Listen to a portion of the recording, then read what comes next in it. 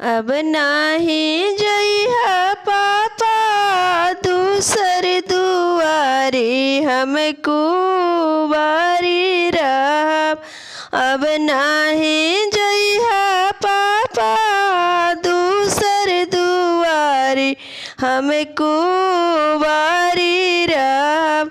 आजकल के लइका मांगे 10 लाख के गाड़ी हमको बारी रहब। आजकल के लइका मांगे 10 लाख के गाड़ी हमको बारी रहब। दे हवगे बेटी 10 लाख के गाड़ी हम भिखारी रहब। दे हवगे बेटी 10 लाख के गाड़ी हम भिखारी रहब। बन जइहा गे बेटी महलों के रानी हम भिखारी रहब। बन जइहा गे बेटी महलों के रानी हम भिखारी रहब।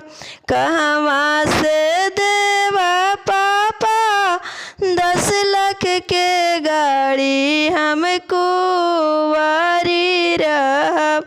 कहवा से देवा पापा 10 लाख के गाड़ी हमको बारी रहब। केहू न बूझी पापा तोहरो लाचारी हमको बारी रहब। केहू न बूझी पापा तोहरो लाचारी हमको बारी रहब।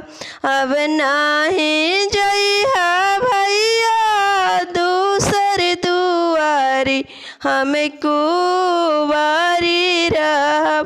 अब नाही जइहा भैया दूसर दुआरी हमको बारी रहब।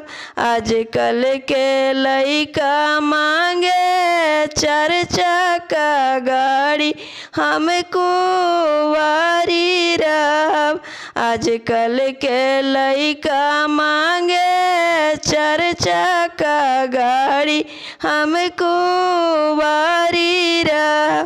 दे हवगे बहिनी 4 चक्का गाड़ी हम भिखारी रहब। बन जइहा गे बहिनी महलों के रानी हम भिखारी रहब। बन जइहा गे बहिनी महलों के रानी हम भिखारी रहब। कहवा से देवा भैया 4 चक्का के गाड़ी हमको बारी रहब। केहू न बूझी भैया तोहरो लाचारी हमको बारी रहब। केहू न बूझी भैया तोहरो लाचारी हमको बारी रहब।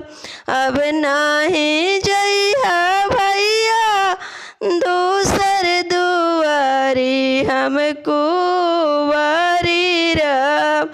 आजकल के लइका मांगे बुलेट गाड़ी हमको बारी रहब। आजकल के लइका मांगे बुलेट गाड़ी हमको बारी रहब। दे